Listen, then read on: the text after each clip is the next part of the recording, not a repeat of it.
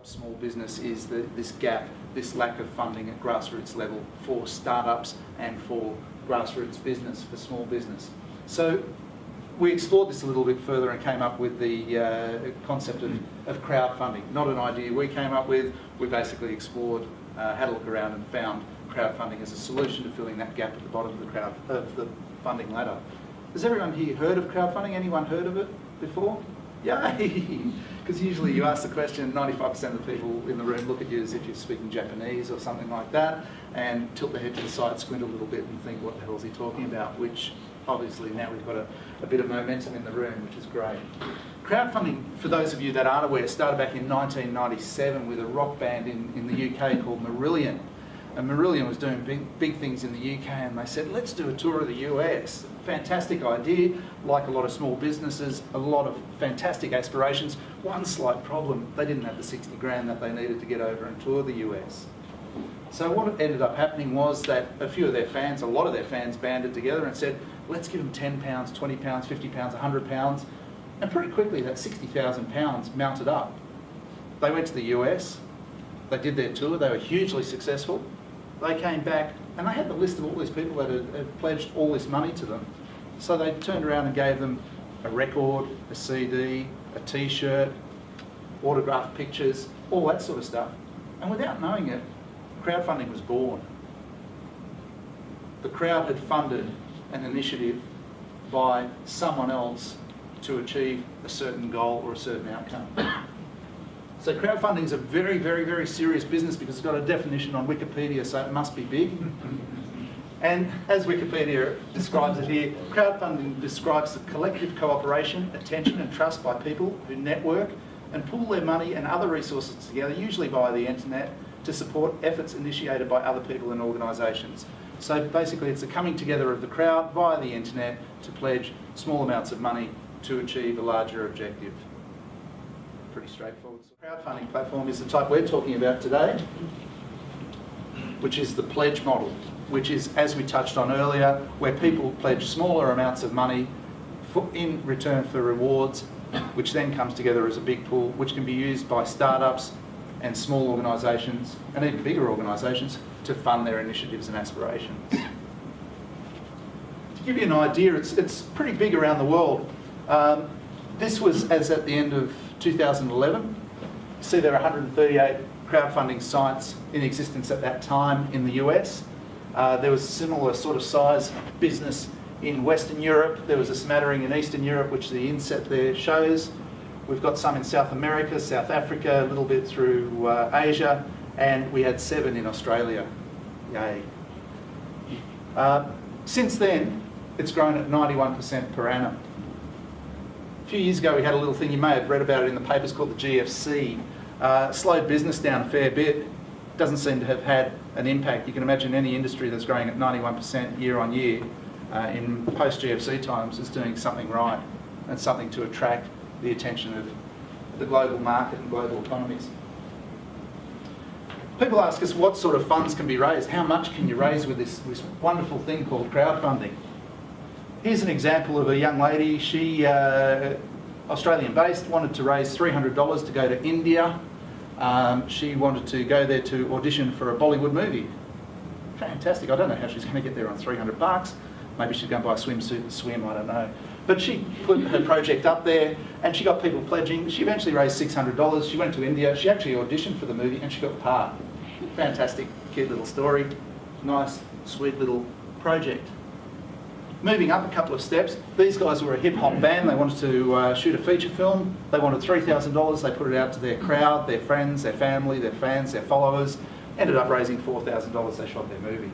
Again, a little bit bigger, a little bit medium-sized target. Then we start to get into some really exciting ones, some larger ones. These guys made a waterproof casing for the iPhone. I thought a plastic sandwich bag was a waterproof casing for an iPhone, but apparently there's proper ones. And these guys wanted to raise $30,000 to get into full-scale production. They put it out to the crowd.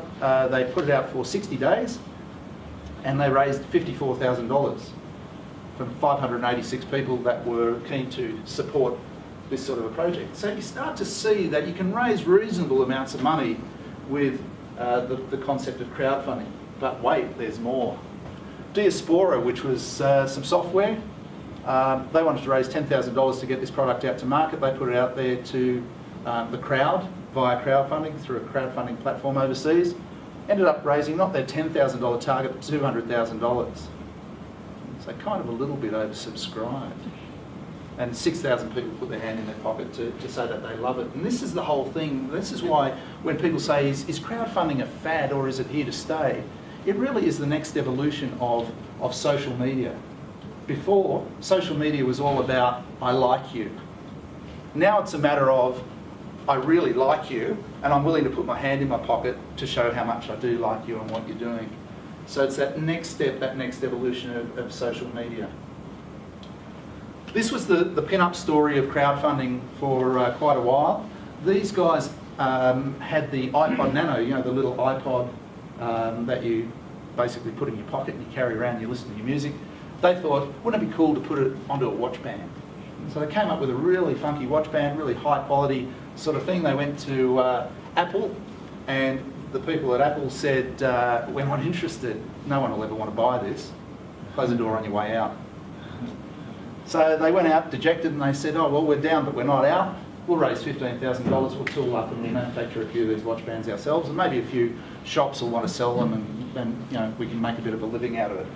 They put it on a crowdfunding campaign for 30 days.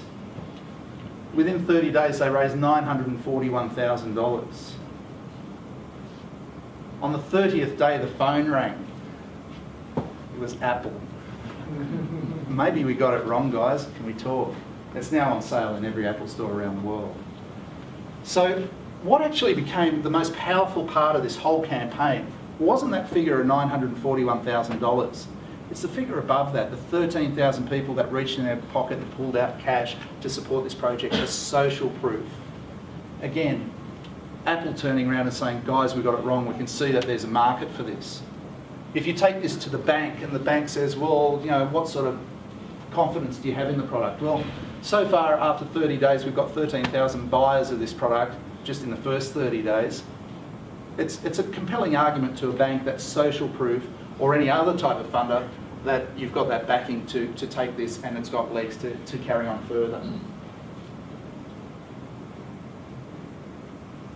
I'll go back to that because it's such a good slide. Quite often people will ring us up and they'll say, hey, listen, I've got a project, how big an amount of money is too big for crowdfunding? And you know, this here tells that you can raise big licks of money using crowdfunding. The answer that we usually give them is, it's not so much wanting to put up a project for a commercial cooktop element. She said, what can I give a reward to a consumer that's going to pledge something to me? I can't give them a commercial cooktop. But she knew a lot of these chefs on MasterChef and all of that. Autographed cookbooks from those chefs. Again, being creative with those rewards and finding out those inducements that really spurn people into wanting to support the project. We had an author recently, final example, an author who wanted to publish a book, basically said, if you pledge $0 to $10, I'm going to send you a really nice personalised thank you card. Pledge between $10 and $25, and I'm going to send you an autographed copy of the book. Pledge between $25 and $50, I'm going to have your name printed in the front of the book as an acknowledgement to say thanks for coming along for the ride. And pledge over $50, I'm going to name one of my characters after you. So all these inducements, and they don't need to be tangible, they can be intangible sorts of rewards, but the sorts of things that inspire people to want to participate and get on board. So why people pledge, you know, when we were starting the platform, people were asking us, why would anyone want to pledge money to this? It's one or more of these four reasons. One, they like you. So if Emily, because she's such a good mate, if she turned around and said, Brian, I'm starting a campaign, have a look. If I ever wanted Emily to talk to me again, I'd want to be pledging $50 to it, because otherwise she probably won't ring me ever again. Number two, they're passionate about your cause or like your story. So if you're raising money for, say, Asperger's, and you can tap into the community where people are passionate about a particular cause or outcome that you're driving towards, they'll have that propulsion to want to support. They're after the great value rewards. Those guys with the TikTok watch that we showed before, the little iPod Nano watch band, they said this is going to sell for $75, but if you pledge $50, you can have one. Gee, that's pretty good. I would have bought one at $75, but for $50, I'm going to pledge $100 and get two of them. And they're spurred on by social kudos. So whenever someone, if you're a project creator and someone pledges money to you, thank them on Facebook in front of all their peers and all their friends. That's social kudos. They love it and they'll do just about anything for it. Practical applications. There's been a fair bit of media report recently about ASIC coming out and saying crowdfunding, you can't use it for small business, you can't use it for startups, you can't use it for this, that and the other.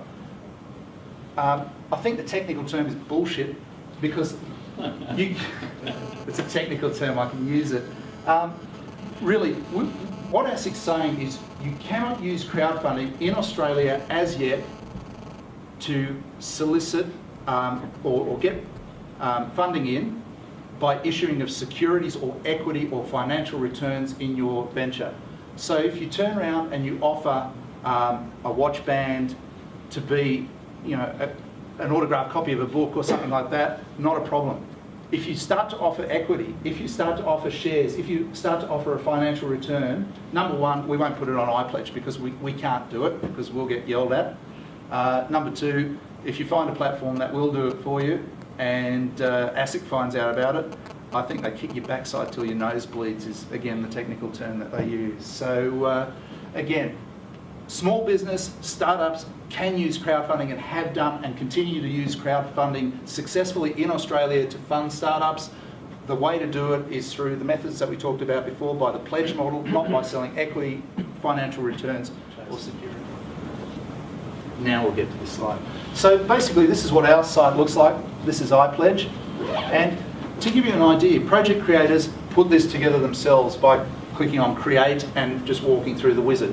But what a project has to it, the components of a good project are a bit of media, so a video, a few photos. Video is fantastic because it conveys the emotion, it conveys your enthusiasm and the reality behind the product.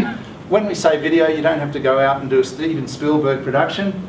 Very, very easy. You get your iPhone and you shoot a 60-second video basically telling what it is, let people see you, see your enthusiasm. If you can get a few supporters as well, that's always good too.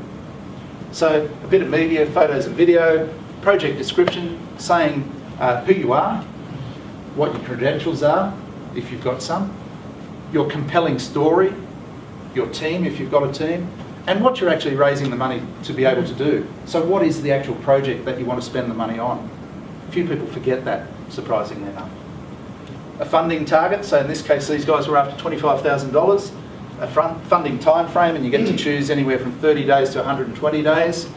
And then rewards, small increments that you can offer people as inducements for them to pledge their. So if that project description is good, if your video is good, if you tell it well, they will engage. If you give good rewards, they will engage. And they have to hear about it. You really have to go out there and crow about this and let as many people know about what you're doing as possible.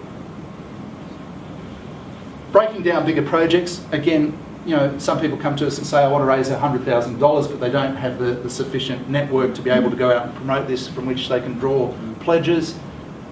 Crowdfunding obviously works for bigger amounts, I've demonstrated that, but it works best for amounts between $3,000 and $30,000.